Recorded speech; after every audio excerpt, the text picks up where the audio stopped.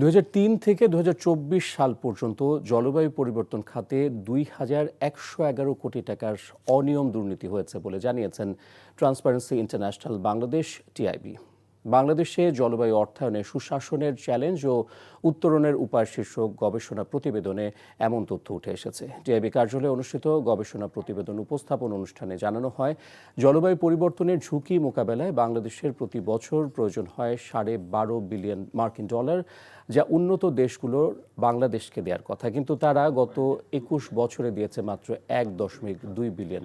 টিআইবির নির্বাহী পরিচালক ডক্টর ইফতেখারুজ্জামান বলেন, সত্যিকারের জলবায়ু পরিবর্তনের ঝুঁকিতে থাকা জনগোষ্ঠীর কথা চিন্তা না করে রাজনৈতিকভাবে প্রকল্প হাতে নেওয়ার জন্য এসব অনিয়ম দুর্নীতি হয়েছে। যে মোট অর্থায়ন হয়েছিল আমাদের জাতীয় সূত্র থেকে $458 মিলিয়ন, তার মধ্য থেকে প্রায় 54% কিন্তু দুর্নীতির কারণে ক্ষতিগ্রস্ত হয়েছে। অর্থাৎ আমরা যে অর্থায়নটা করেছি তার বাস্তব মূল্য কিন্তু দেশবাসী পায় নাই। যে সমস্ত অঞ্চল জলবায়ু পরিবর্তনের কারণে সবচেয়ে বেশি ঝুঁকিপূর্ণ, সেখানে অর্থ ব্যয়িত হওয়ার কথা ছিল, সেটা হয় নাই।